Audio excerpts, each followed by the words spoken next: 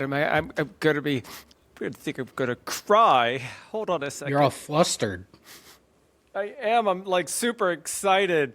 Oh my God, I don't know what to do. Hi everybody, and welcome to the Philly Fan Radio. I'm John Myer, along with Dan Palmieri, and I think I'm gonna cry. Like, Dan, I need a hug. Like, oh my God, just as we're about to record this shit, we got the news. Oh. There's somebody listening. I don't, first of all, I am so overwhelmed, flustered. Like, my keyboard wasn't working. I'm trying to get in here. I'm trying to talk to Dan at the same freaking time. And I'm like, oh my God, it's exciting. I'm texting it. I don't even know what the fuck to do. Dan, how do you feel right now after getting the news that Kevin Patullo is out the fucking door? So about 15 minutes ago, I was going to come on here and I was going to be pissed. Absolutely pissed. I still am pissed. So I'm going to get in pissed mode as we go into the details. But yeah, like I guess 10 minutes ago, Kevin Patullo fired. And I was really concerned as I was texting you pretty much all week because I'm like, well, Monday's here. Why is he not fired? Tuesday's here. Holy shit, are they really going to try to justify to keep him? Wednesday's today, and now it's 3 o'clock, but in the morning, it's like, why is he still cashing a check for this team? And it's just, it was crazy, and I'm thinking to myself, oh my God, are they really going to try to roll this back? Are they really going to try? Because you hear on the radio, everybody's like, oh, continuity. You got to create continuity.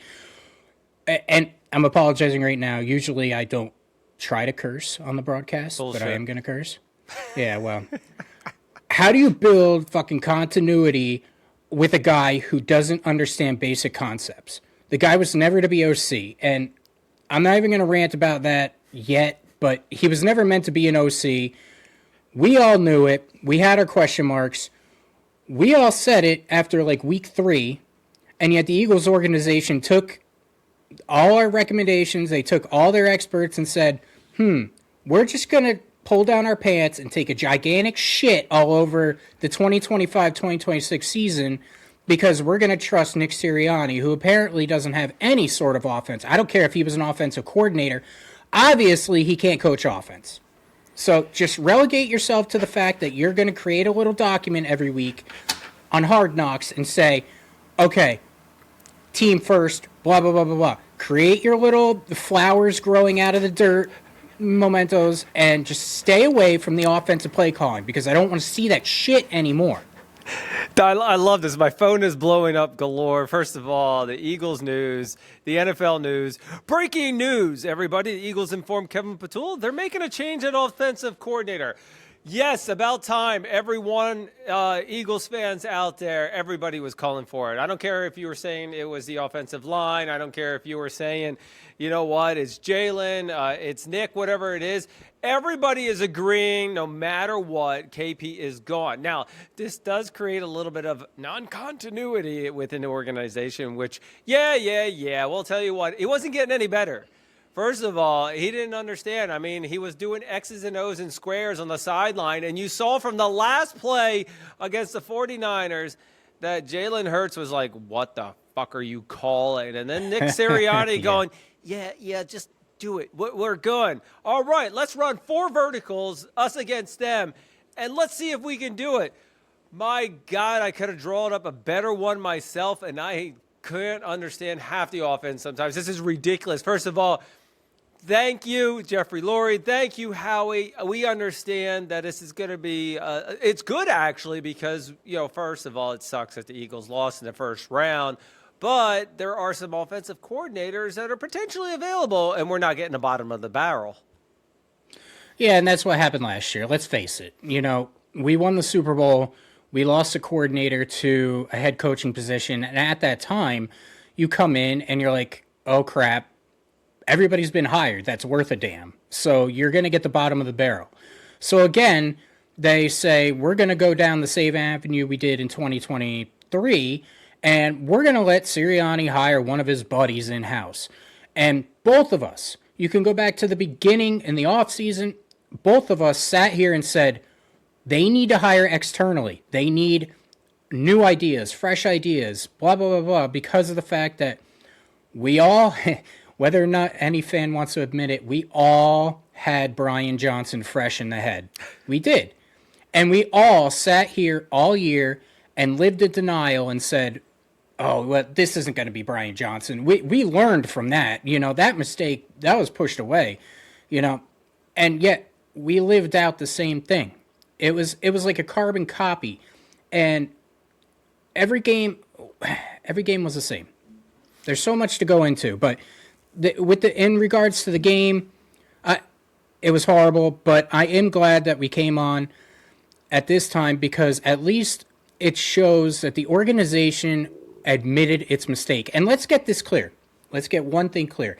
If you're sitting here, I understand the statement from the Eagles was Nick Sirianni gave that statement. That's bullshit. Nick Sirianni did not fire Kevin Patullo. We all know he didn't fire Kevin Patullo. Howie Roseman came down and Jeffrey Lurie came down and said, are you fucking kidding me? We've got $100 and what odd $1 million invested in that offense, and that's the shit show that you put up on national television? Get the hell out. Yeah, but I'm just surprised it took until Wednesday. Well, so it's a little interesting for it. By the way, it's Tuesday. No, it's Wednesday. We're Oh, shit, it's Tuesday.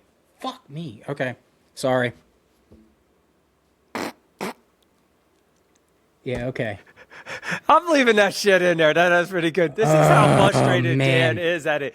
He was like, man, we've been talking about it all week. And I didn't correct him from the beginning. Like, it's only Tuesday. And it felt like all week. Don't get me wrong. Oh, my God. First of all, it is horrible. Dan, we're leaving that shit in there because this is the fun part of it. Man. I've made plenty of my mistakes and will continue to do so. And I've left those in there because they're fun to do it.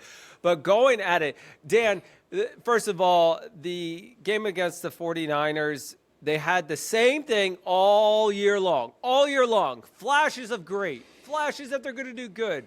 Oh, my God, it's good. And then they get to it, and potentially it's always the second half because Dan has said it 100 times, in-game adjustments. No in-game adjustments. And that's exactly what happened in the second half. All they did was do the same freaking play again. We're just going to run Saquon up the middle. We're just going to do this, that. This is ridiculous. This is not what we wanted to see. Am I surprised they lost? No.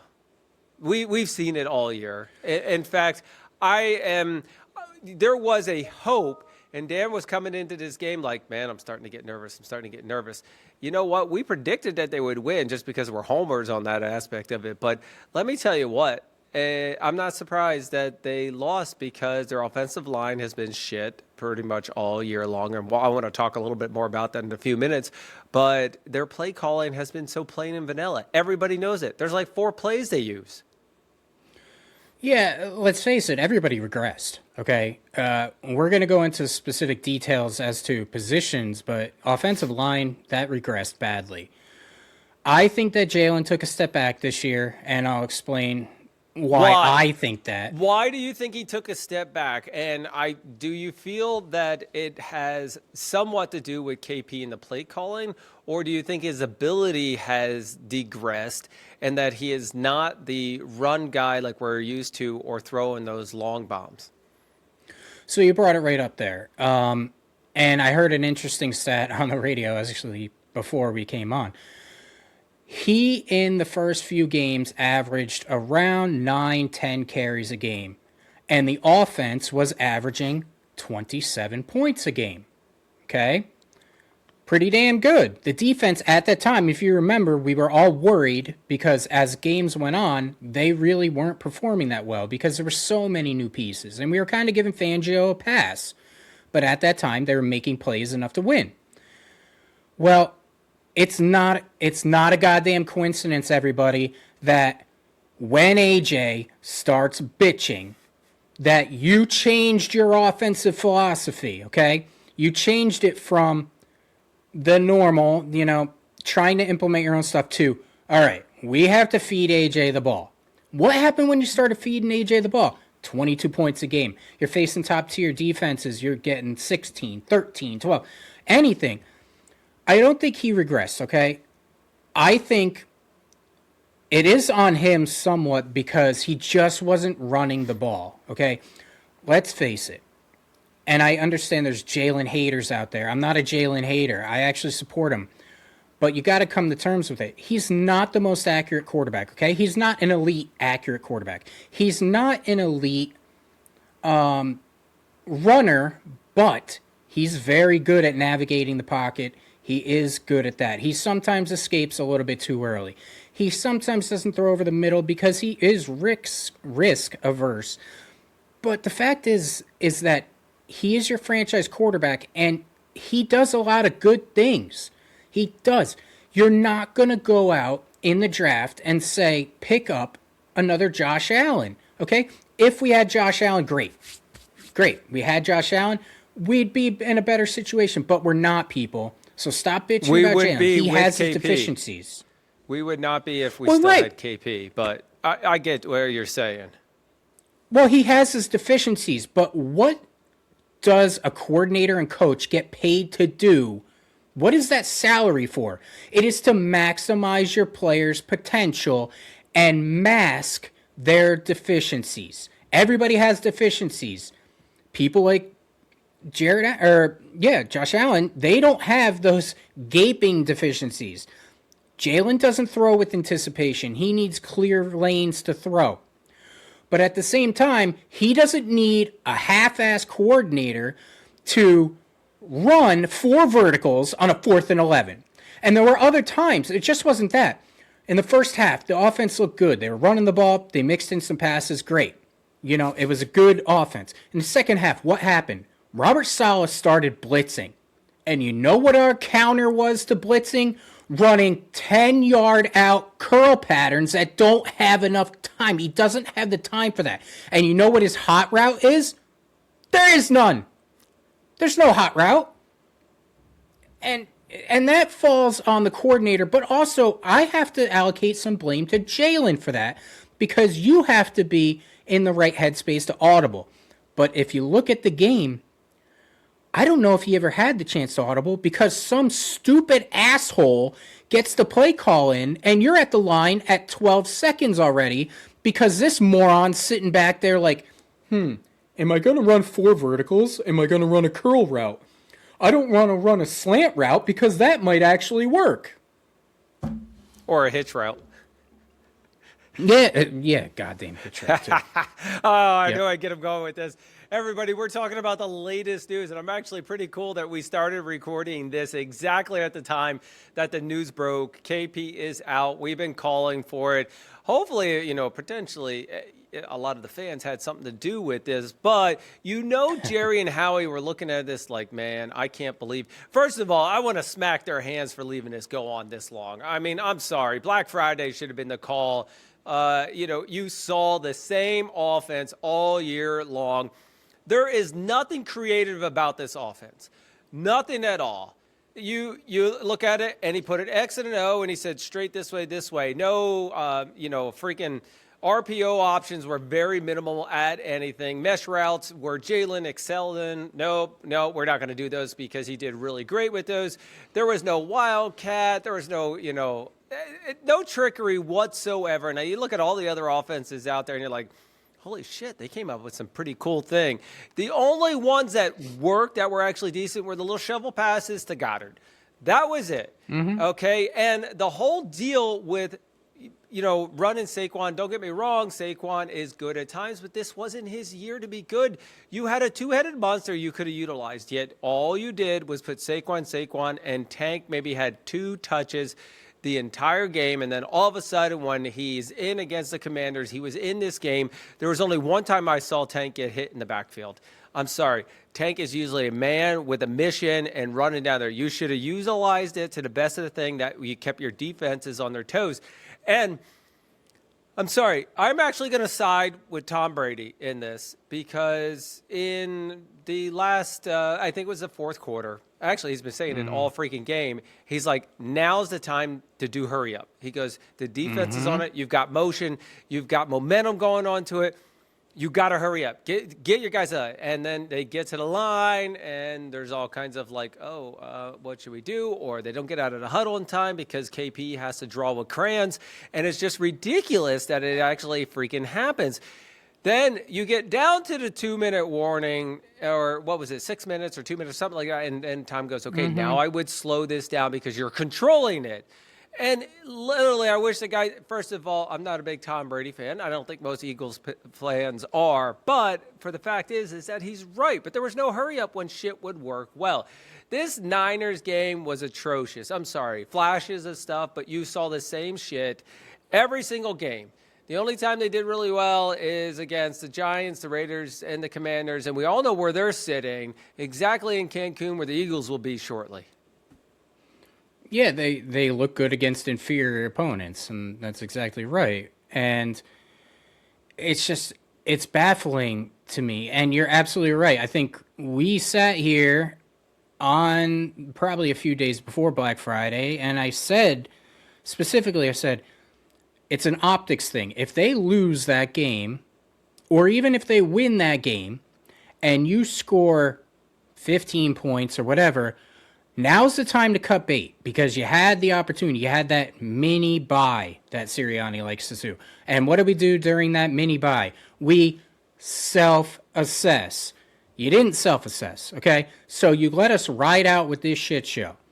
Now that the season's over, you ruined the season by giving us an inadequate play caller. And I'm not saying the players aren't to blame. The players are absolutely to blame, because when it comes down to it, if you got a one-on-one block, that isn't a schematic thing. That's just you suck, okay? Everybody on that offensive line took a step back, big step back.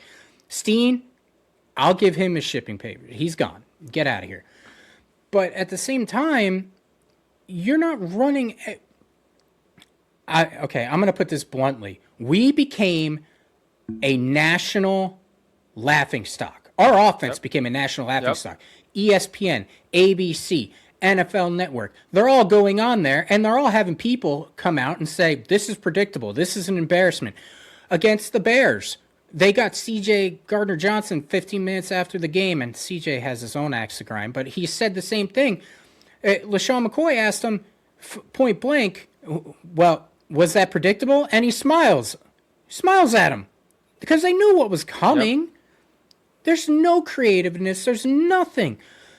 When's the last time the Eagles ran a pick route, a natural pick route, to get somebody open? The most successful thing in our arsenal during our Super Bowl run, during the Shane Steichen run, was the RPO game. There was no RPO game.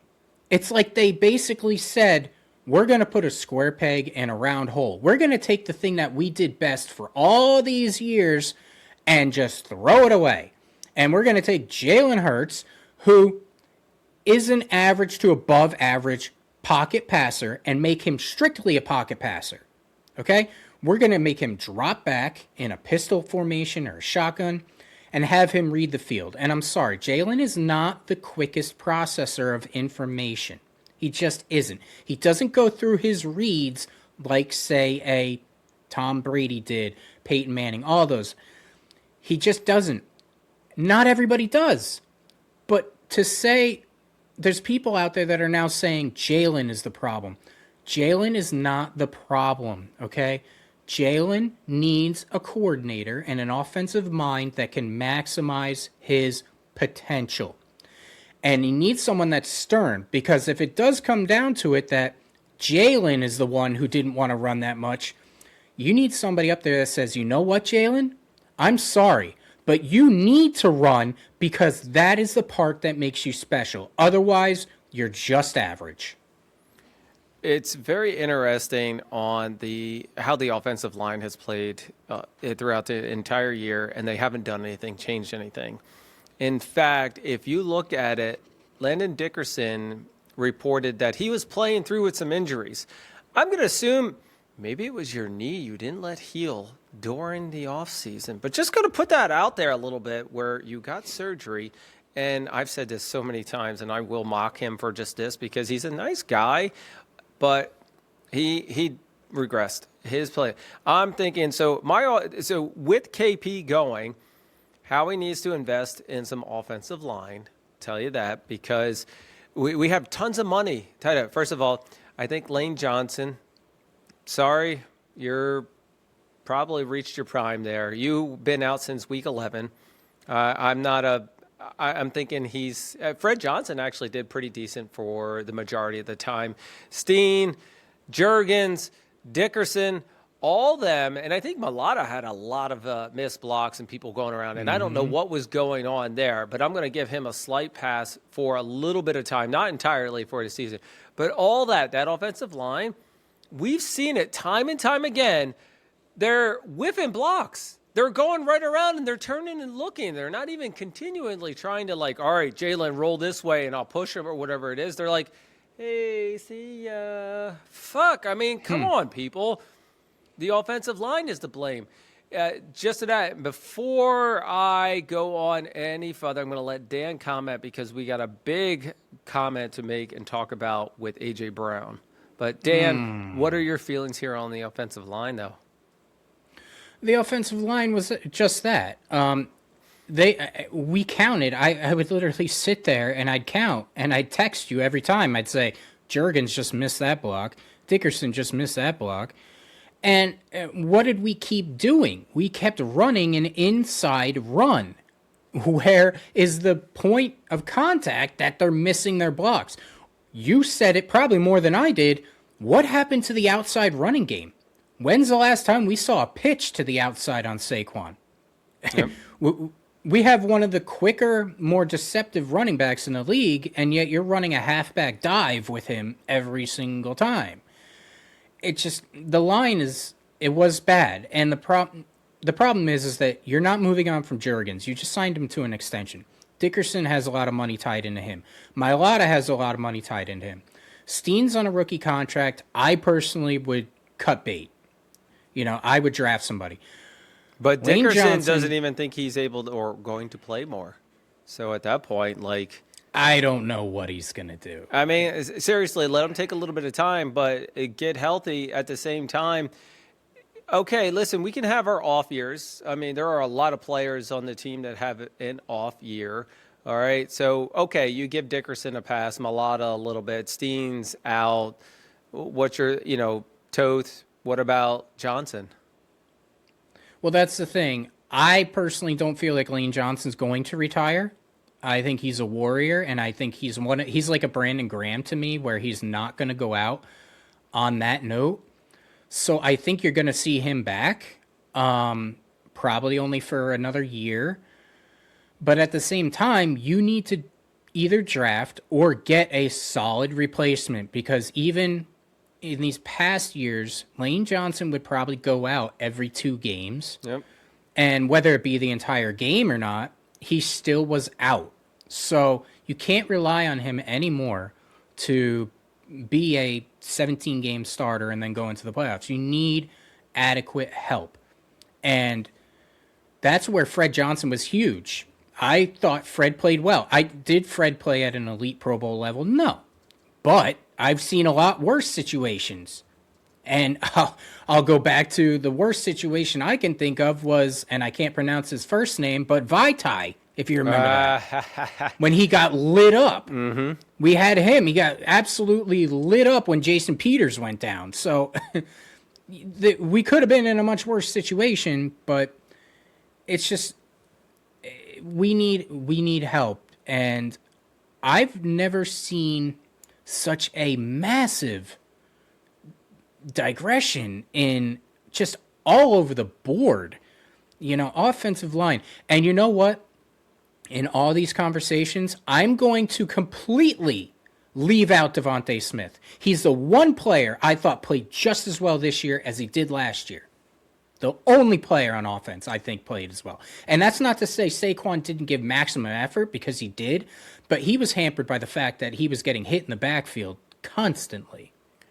Now, there are a couple of things with that. Okay, first of all, I agree with you with Devonte Smith. If we talk about Saquon just for a few moments, I think there's 2 things here. One, there's no way he's going to repeat last year. Okay, and if he was able to repeat last year, it would have been with a better offensive coordinator and an offensive line that opened up holes. I've seen so many other teams where the worst running back is making it through for 7-8 yards, which is really ridiculous. Also, But here's the other thing on the flip side of that. When Tank has the ball, why is it Tank getting so many yards versus Saquon? Are we changing the play specifically for Tank versus Saquon? Or is Saquon getting – I felt like Saquon was getting tackled by our own guys more often than anything. That's why he got stopped in the backfield. Yeah, I agree. It seemed like, and I think it was just coincidental, honestly, but it seemed like Tank was actually getting up to a point when he can have a full head of steam, which I think is part offensive line, part Saquon at times was dancing. He was dancing in the backfield. He was trying to make a jump cut when it wasn't there. He wasn't decisive with going downhill. He was looking for the home run because last year, every damn handoff was a home run. So it's part on him. It's mostly on the offensive line. And, just a quick cap off the whole offensive coordinator. In that game, let's face it, I don't care what the 49ers fans say. The 49ers are an inferior team. Okay? Offensively, defensively, they're an inferior team. They beat us because their coaches put their suboptimal players in a better position to win. I mean, for Christ's sake, their starting linebacker was Eric Kendricks, who was signed like 2 weeks ago, who was pretty much bagging groceries. And we've got all pros all over the place on offense and defense, and we couldn't exploit that? You're telling me that you can't exploit that? You're running and I keep going back to the 4th and 11, but you're running a 4 verticals against a cover 4 defense. Everybody in the world knows that you got to get 11 yards. So what do? You run a 4 verticals. And let's face it, if he didn't throw to Goddard and got that incompletion, nobody else was open. Nope. Everybody else was dropped in coverage. Why didn't you run a mesh route? Why didn't you run that natural pick? Get somebody open. The Eagles were absolutely 32nd in the league in run after catch. You know what that tells you? That tells you go out 10 yards, do a curl route, catch the ball, you're tackled. There's no vertical, there's no slants, there's none of that. The only thing you saw was slant routes to AJ, which that's our next topic because I've fucking had enough of him. But yes, yeah. Dan, do you think that KP put Tank in a better position than Saquon with the play calling because Saquon was either in the pistol, Jalen was never under center really with Saquon. But when it came to Tank, I felt like Jalen was under center more often, that he got that downhill run in that effort. Yeah, and what I found interesting about this game was that there was one thing that they had success with on earlier games, and that was actually running an I formation with Latu as their fullback. They were actually, it wasn't like they're getting 12 yards a carry, but they were actually getting 4 to 5 yards a carry with that. I didn't see that at all in this game. There was none of that. They were under center, but you were in single back formation. So there's no lead blocker. You got none of that. With Tank, I thought the problem was that they just didn't give him the ball enough. They didn't. And because he is a more decisive downhill runner. He's not going to get you that 60 yards a pop, but he's going to get you those 5 to 6 yards because he just puts his head down and he doesn't give a shit if he gets a concussion. He's just rolling over people. And I really am happy that they have him for another year. I didn't know that, but they actually have him signed because his previous contract through another year. So I hope that our next offensive coordinator comes in and realizes that you can honestly have this thunder and lightning combination that we saw with LeGarrette Blount and Jay Ajayi, that we saw with previous Giants regimes with Ron Dane and Tiki Barber. You got this thunder and lightning combination that you can now use. It's just you have to get a play caller that's actually going to use them. There were a number of players that they could have utilized a little bit more. Tank was one of them. And I saw, who was it that started stepping up? Cooper was one. Calcaterra before he got injured. I just think there was no creativity. Dan, let's talk about the other elephant in the room, A.J. Brown. A.J. Brown, first of all, before I say, okay, well, he had 3 missed catches, a.k.a. Mr. Butterfingers complaining a little bit, throughout a lot throughout the entire season about not getting the ball. Go ahead. No, I was going to say, when he did that long pass and he dropped it, the one when he short-armed it, I had shades of Todd Pinkston. Alligator arms Pinkston. I love that. Okay. And, for Devonte Smith had a drop. Saquon Barkley did his famous at least once a year or season where he's looking downfield before he actually has the ball in hand. All right, I was yelling at the thing. I was actually yelling for Tank to come in a little bit more because I think this would have been a great opportunity to switch some things up, and I don't know why they didn't. Oh, I know why, because our offensive coordinator sucked. At the time, now he doesn't because he's gone. Yes, KP was released moments ago, and this is going to be the biggest news everywhere on broadcast. And in fact, I'm going to see it all day long, and I'm going to freaking enjoy it. I might have to create a couple of memes off of it. But let's talk about AJ. 3 drop passes. 3 drop passes. And first of all, 1, all right, I'll give you that one. But 3 critical passes that you should have caught. And to end the game, not talk to media, say goodbye to a couple people in your locker room. See ya. And what I find really interesting is that your ass isn't on social media yet, means some shit's going down, and Dan, our guy, are going to do some speculations and break it out because AJ ain't coming back next year. That's a total bitch move. The fact that he didn't talk to the media is a total bitch move. And you know what? Everybody has a bad game, so let's lay that out there. Everybody does. But my thing is that the effort is not there. I've said it at multiple times. Sometimes it was, occasionally, but the entire season. There were a few games in there that he did have the effort. After, Jeffrey Lurie came down and smacked him upside the head. Yeah. But, I mean, on that deep pass that he short-armed, it was single coverage, you make your name on being physical. And you got out-physicaled at the line of scrimmage, and you did not beat your cover guy until the very last second. Now, so that either means, A, you're not giving full-out effort, which I'm going to say he didn't, because I'm fucking tired of watching him give up on routes. He doesn't look like Devonte Smith out there in terms of giving maximum effort. Or B, he massively regressed from last year. He had a Alshon Jeffrey type regression from one year to the next. And I just don't find that feasible because he is a young guy. But there's certain things that you can coach up and accept, okay? You accept the fact that he had a bad game. But at the same time, you can't have those types of bad games when you're the one out there bitching that you want the ball. And when you get the ball, you drop it like that. So you can't do that. And secondly, you have a C on your chest, man, which means you face the music and become an example for that team. Get the fuck out of here. You don't want to talk to the media? Fine.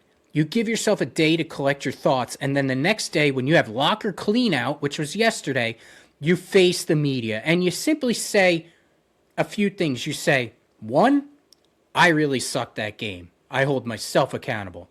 2, I want to be back in Philadelphia, because you know that's the speculation. Everybody wants to know it. Do you want to be back in Philadelphia because you look like a miserable fucking child on the sideline every time they zoom in on you? And 3, I like Nick Sirianni as a coach. That's what he's got to say. I support him. It's clear he doesn't want to be in Philly. Apparently, getting a massive check, making 1,000 yards a season, having a Super Bowl ring, playing for a Super Bowl every single year is not good enough for him. Okay? It isn't. I don't understand how, but it's not good enough for him. So, at this point, I think they're a better team without him. I do. And I'm sick and tired. Every single year, there's something he's bitching about. And he's the only one. And he creates this whirlwind of drama that has to come. Nick Sirianni's got to come out and give us those same old lines of, Oh, AJ's a great guy. I We love have this AJ. great relationship. I love AJ. I love AJ. Yeah. We've cried together. I tried to get him off the sideline. Bullshit, you did. I don't know what the hell that was about. First of all, I you don't. weren't trying to get him off the sideline. He was on the sideline when you were there and you were talking about it. You were probably like, man, catch that fucking ball and stop bitching on Twitter. My problem is that we had constant professionals out there who analyze. They do that all 22 or whatever when they look at every single thing, and they are clearly pointing out, wow, AJ Brown didn't show effort on this play. And Nick Sirianni looks at the same all 22 and he says he's given maximum effort. How the fuck can you justify that? How can you come out to your fan base and just basically shit all over them and give us that line of bullshit? We are not the Cleveland Browns fan base. We are not the Las Vegas Raiders fan base. We actually have knowledgeable people who live and die with this team who look at it from an analytical aspect and say, you're not giving us effort, so go fuck yourself. Yeah, and you know what? All season long, okay? Listen, we know that 90% of the offense, including Jalen, hell, even AJ, did not like KP, but AJ took it out on the team and not on the head coach. And he made his well known that he wants to go and whine like a little baby on how everything. And he doesn't want to hear anybody that he dropped the 3 passes. He got what he won. Now, Dan, we know they can't release him June 1st, because it's just too much money. It's a lot of money out there, and they're just going to lose too much. Now, post, though, they're still going to take a hit, but there's some cost savings around it. Dan, do you have the breakdown? Yeah, I mean, I had the breakdown in terms of if they move on from him, and I'm not saying cut, because in a real world scenario, he's not going to get cut. Okay, so that's no, because that's like completely dead dead money. They're looking at somebody to take some of it back. Right. They lose $46 million against cap if they cut, trade, whatever prior to June 1st. Okay, it's not going to happen. Howie's too smart for that. He's not going to sit on a $46 million cap hit when he has to pay Jalen Carter and all these other players like Jalen Phillips and whatever. But you actually get a $7 million savings trading him after June 1st, but then you take on a $27 million dead cap hit in 2027. That is a much easier pill to swallow. But, main thing being but, at that time, what are you going to get in compensation? Because the draft is over. Free agency is pretty much over. So all the teams that needed players in a certain position, all the teams that, let's say, wanted a skilled wide receiver, invested draft capital or made a free agency play for somebody big. So what are you really going to get in compensation? Oh, well, a 2027 pick? And I'm sorry, I'm not looking for fucking 2027. This team is built to win now. Even without AJ, this team is built to win now. Our window of opportunity is not going to be here for 20 years, okay? We've been very fortunate enough to have a franchise that's been very successful. But that window of opportunity was completely shut in the late 80s, early 90s, well, all the 90s, and it opened up in the 2000s. So to think that we're going to be okay because we're going to get a 2027 draft pick, no. We need something now. So I don't know what the hell they're going to do. I don't know the financials of... The only way that I can look at it is they're going to have to restructure his contract in order to move on from him pre-June 1st. I think that's something he would do. I really... No. So that presents a problem, though, okay? Let's look at this from a scenario standpoint. You're AJ Brown, okay? You are going to get traded pre-June 1st. That's what everybody says. You will need to get traded. Well, the only way you're going to get traded is if you agree to a new contract. Well, now you put yourself in a position of power because you can dictate what team you want to go to. Because if the Eagles say, all right, we have a trade in place that benefits us to go to Cleveland, let's say, where you're going to get 1,500 yards because they ain't got shit else to do over there. He's not going to agree to a restructured contract to go to Cleveland. No way in hell. If you got a team like Las Vegas, he's not going to go to Las Vegas because if he thinks that Jalen Hurts is bad throwing him the ball, who the hell do they have in Las Vegas? They got Geno Smith. Christ's sake, you're not going to get shit. So he puts himself in a position of power. It's going to be very rough to move on from him unless he agrees. So I think the only feasible way is you're going to move on from him if you find a trade suitor that is like the Patriots, like the Bills.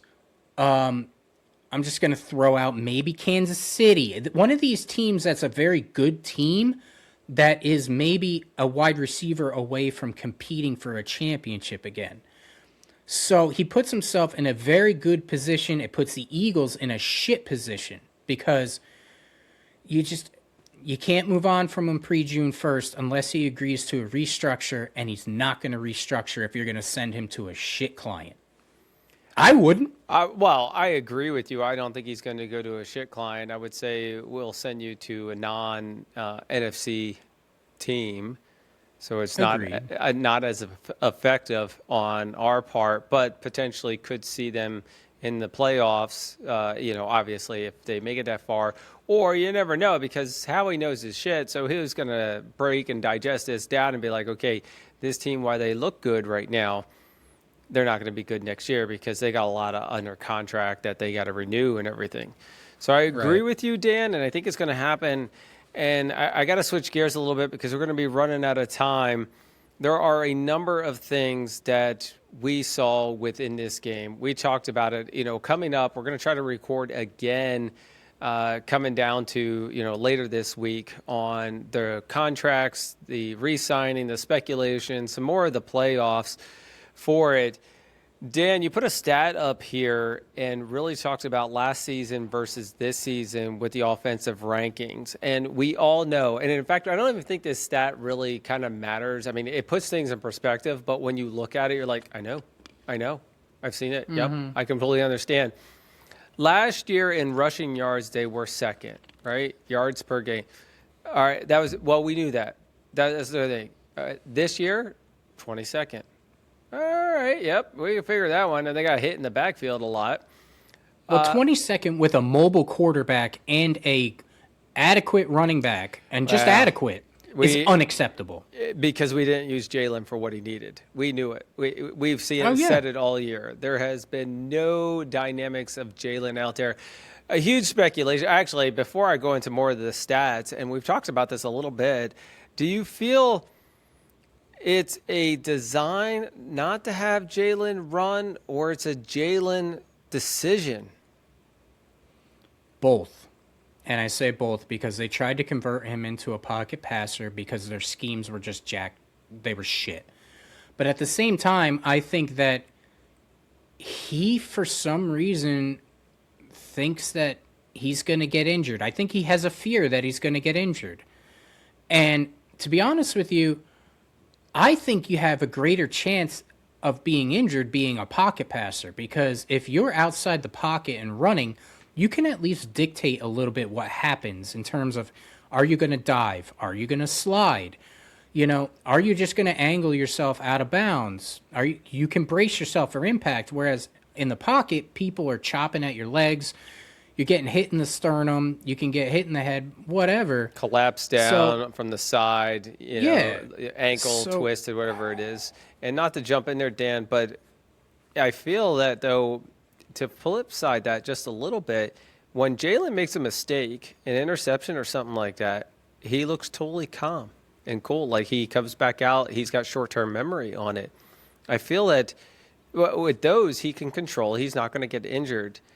I'm not sure, and it makes sense that he feels he's going to get injured, so he doesn't do that. But that was the dynamic of the team last year. What has changed? Well, you're absolutely right. He took away, whatever, the one thing that made him special.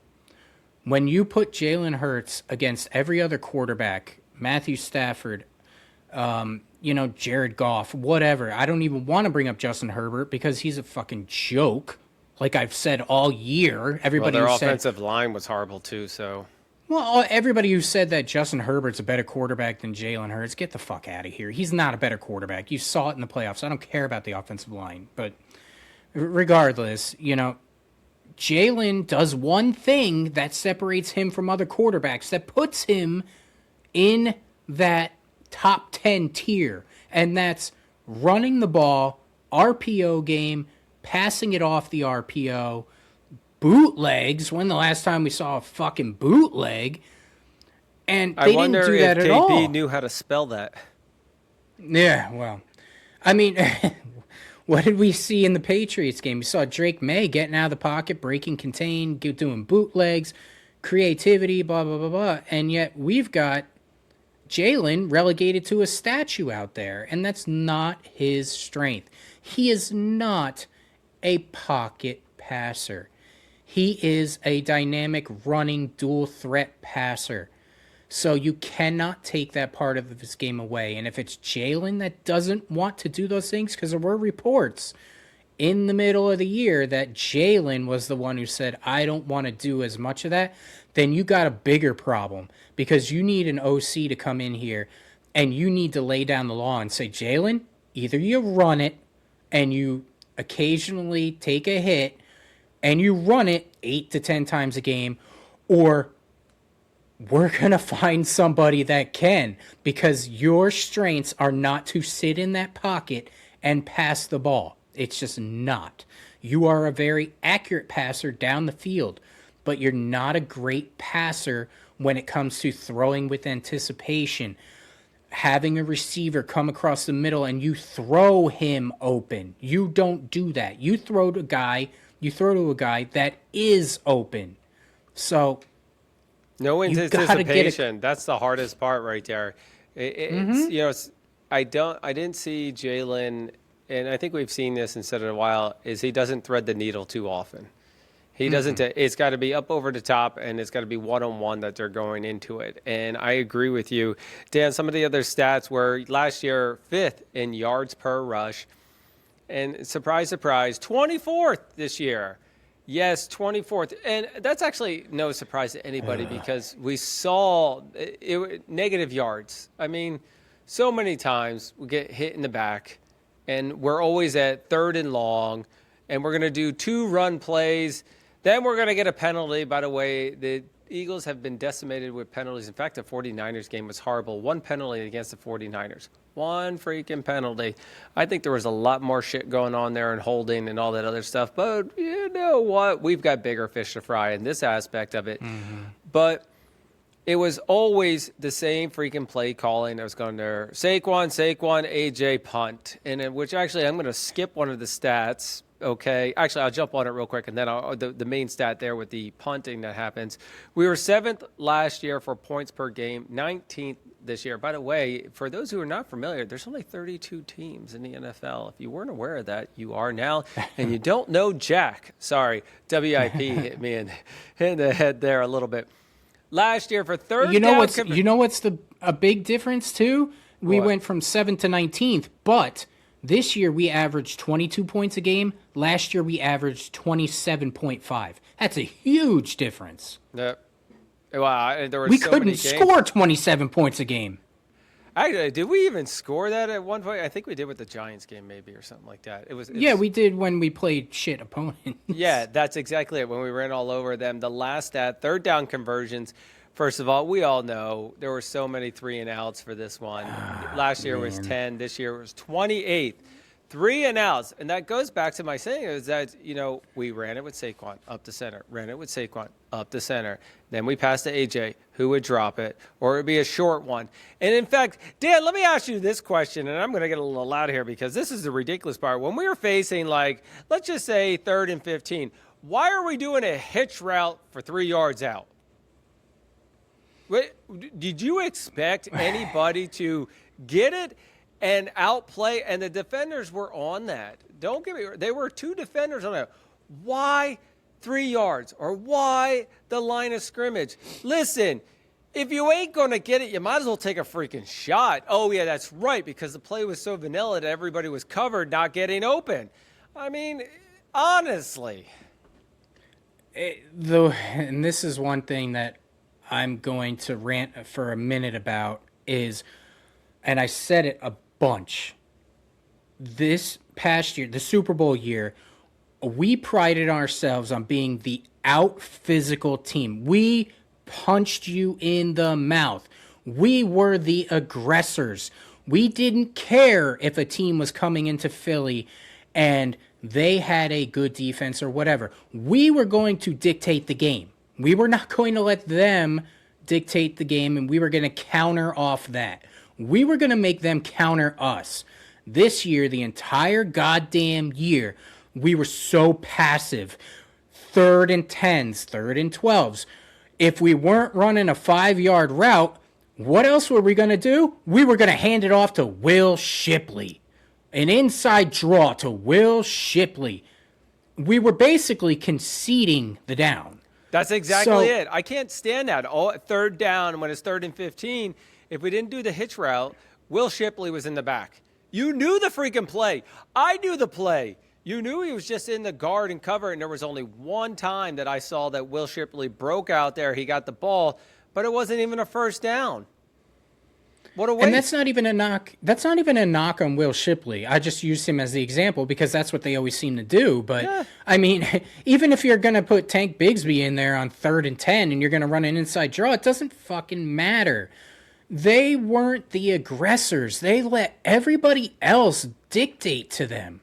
They let a bunch of, let's face it, backups and 3rd stringers in San Francisco out-physical them. I mean, seriously, how do you let that happen?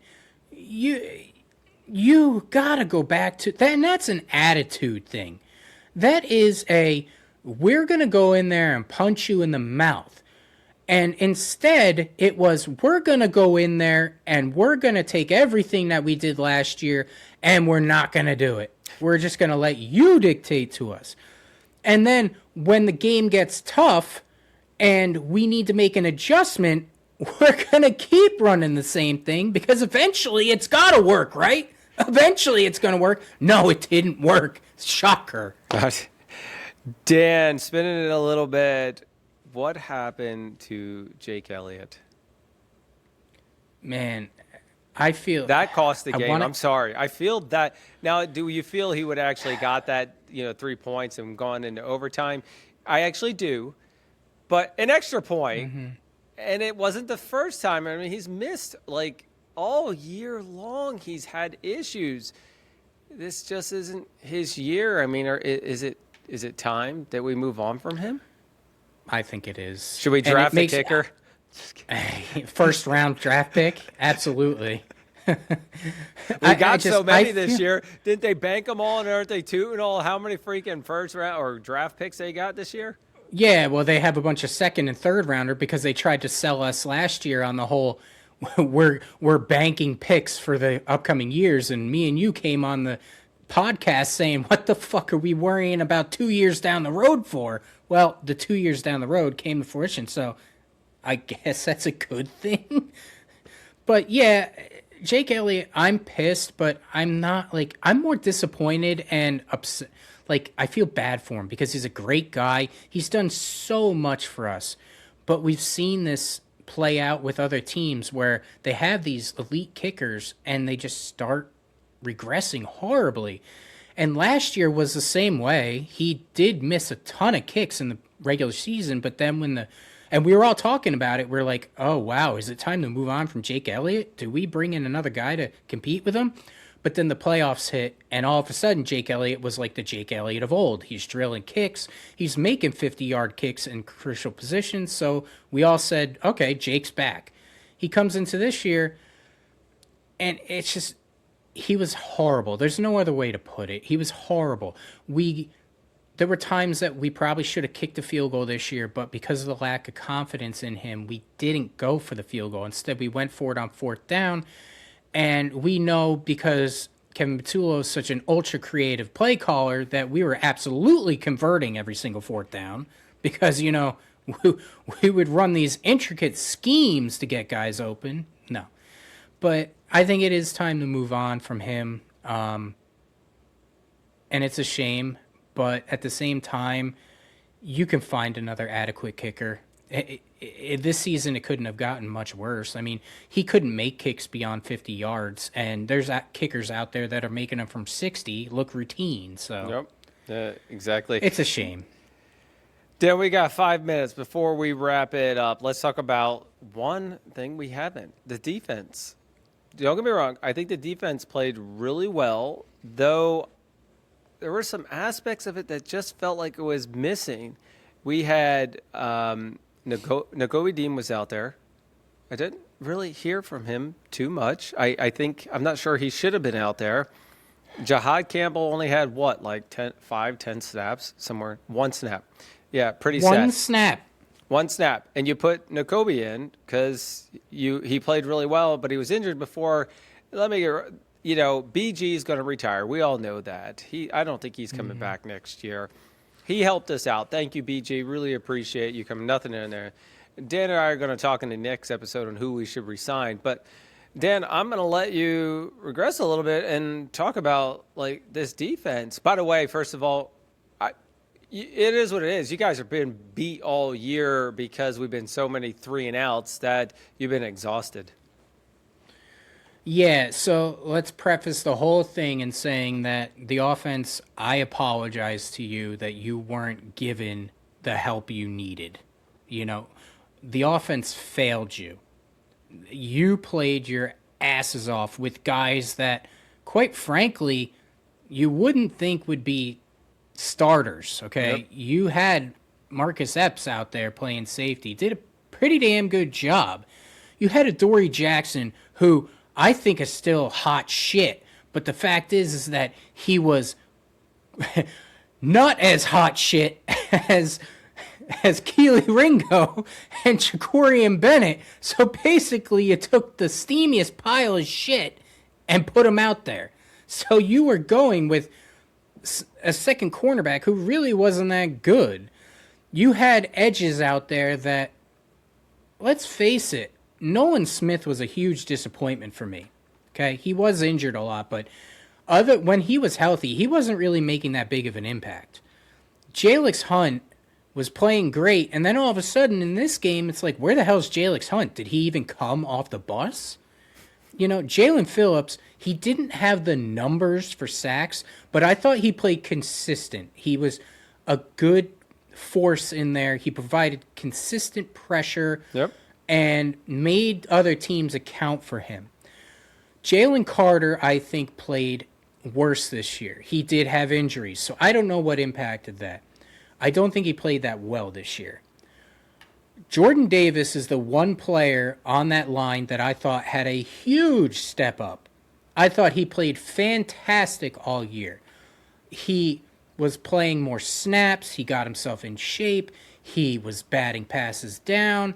He was playing on pass downs, which was something he never did before, and he was actually getting pretty good pressure.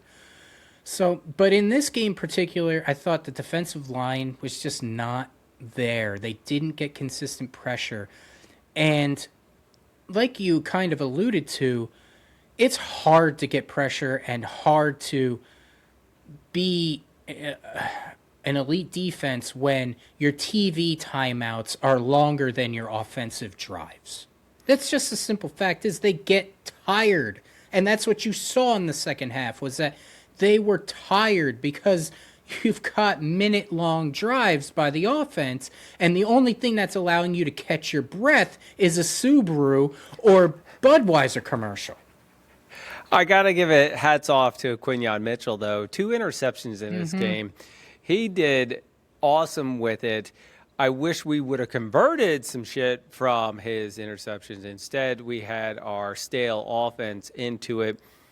I think Zach Bond played as he did last year, maybe a slight little bit below, but I think it was because you put him in different positions to actually excel or at least to cover it. You weren't always sending him in. Obviously, Cooper DeJean, Reed Blankenship did okay in most instances. He was all over it. When you dropped him in, I was okay with it. I know, Dan, you're not a big fan. I'll let you comment in a second before we wrap it up. You know what? Adoree Jackson, 8 yards off most of the time. You know, I'm okay if we find somebody else. It's not going to hurt. And get rid of Ringo, clear up some things. Ja'Cory Bennett, clear up a little bit more. I'm thinking we can definitely clear up some space. I mean, what do they make? $5, $10? So, you know, we can go to McDonald's or something.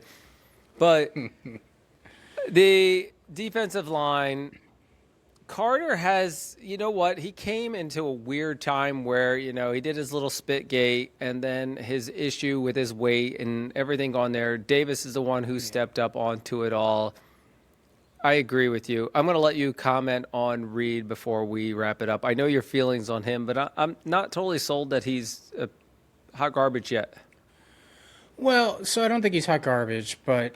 And I think we'll go into it more next episode because we're going to talk about basically who's a free agent, who you're going to re-sign, who are you going to allocate this money to, because obviously you don't have all the money in the world. I never have been sold on Reed Blankenship because of the fact that every time they put him in a position to cover guys, and you saw it with the trick pass from whoever the hell it was to Christian McCaffrey. Yep. Every time when Reed Blankenship is in coverage, which means that they're blitzing, he just is not good. He is not a good cover safety. He's a good in the box safety. But also, when it comes to it, and he's got to make an open field tackle, he takes some bad angles, man. And I saw that constantly throughout the year. And I saw it last year. He just takes some bad angles. It was really magnified 2 years ago with Sean Desai because he was put into more of a coverage safety, and he's just horrible at that. Last year, I thought he played fantastic. He was very good. They didn't use him for coverage, but the fact is that this year, they didn't have stellar defensive line play consistently. So Vic tried to counter that with the blitz. But the fact is that if you got the blitz, you're going to have to rely on the guys in the secondary to cover. And Blankenship is not a good cover safety. And the reason why I'm down on him is because he's an unrestricted free agent, and I'm not going to invest top tier money in him when I think that we can get a guy that plays just as adequately for half the money. Well, everybody, we got to wrap things up, and I'm going to let Dan do his closing remarks, and I got to add a little bit of piece to that before we end our show. And don't forget, we're doing another one this week to kind of talk about what's going to be happening in the upcoming year. Dan, take it away. So I am glad that KP came on, or didn't come on, and got fired before this show, because the tone that it was going to take was going to be completely different, I think, because we were both just going to rant and bitch and everything, because it was a dreadful showing, let's face it. And really, all Eagle fans out there, I sympathize with you. We've been through some tough shit. This was a tough year. And it was even tougher because we saw the writing on the wall, but we sat here and we convinced ourselves, and that's what we did. I sat here and I said in podcasts that, like, this team is shit. It's going to blow up. You know, this is a bad team. This is not going to be a Super Bowl team. But that was on a Tuesday. And you can attest to this. On a Saturday, I'm texting you saying, oh, we're going to blow these guys out. I've been listening to all the experts all week. We're going to blow them out. The team is going to be back. So we convinced ourselves that this was going to be a good year. And, you know, you're stuck with it. And it's just one of those years, guys. Guys and gals, it really is. It's this type of year is one of those years that shows who the true fans are. Because if you stick with the team, that's a true fan. Because if you're a bandwagon jumper and you just are a fan of the team for 1 year, then you're off the bus. You're a Dallas fan. Let's face it. They're only going to be there when they're good. So I'm sorry Eagle fans didn't work out, but you do have hope for the future. This is a young team, and I think we'll go into it more next episode. There's going to be a lot of influx on offense, but the one comfort I will have for you is today Kevin Patullo is fired, and honestly, the offense couldn't have looked any goddamn worse. I'm going to add to that is thank God Kevin Patullo was fired. Our prayers have been answered. Everybody, this has been the Philly Fan Radio. I'm John Myer along with Dan Palmieri. Go Birds. Go Birds. Go off season. Free agency starts in March, everybody. Let's go. Yeah.